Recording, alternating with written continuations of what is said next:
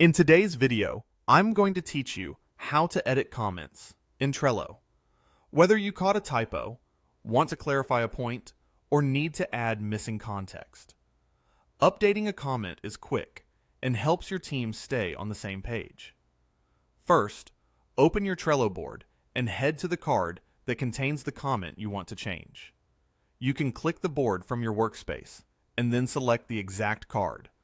If your board is busy, it can help to use the card titles or labels to spot the right one quickly.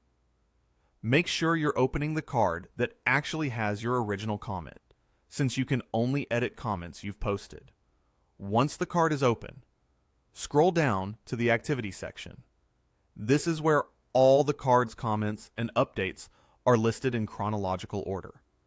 If you don't see activity right away, keep scrolling past the description, checklists, and attachments.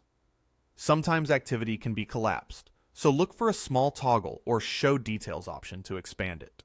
Now, find your comment in the activity feed, hover over it, or look alongside it for the edit option. Click edit.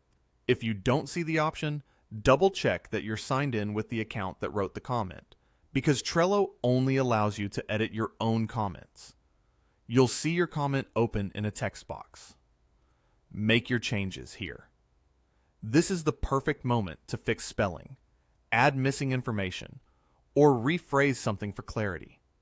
Keep your edits concise and accurate so the conversation remains easy to follow. If you're significantly changing the meaning, consider briefly noting what changed so teammates understand the update at a glance. You can also use simple formatting like line breaks to make your message clearer. If you decide not to proceed, you can cancel the edit without saving. When you're happy with the changes, click Save to update the comment. The activity feed will refresh, and your edited text will appear in place. Depending on your settings, you may see a small edited indicator, so others know the comment was updated. Take a quick look to confirm everything appears exactly as intended. That's all there is to it.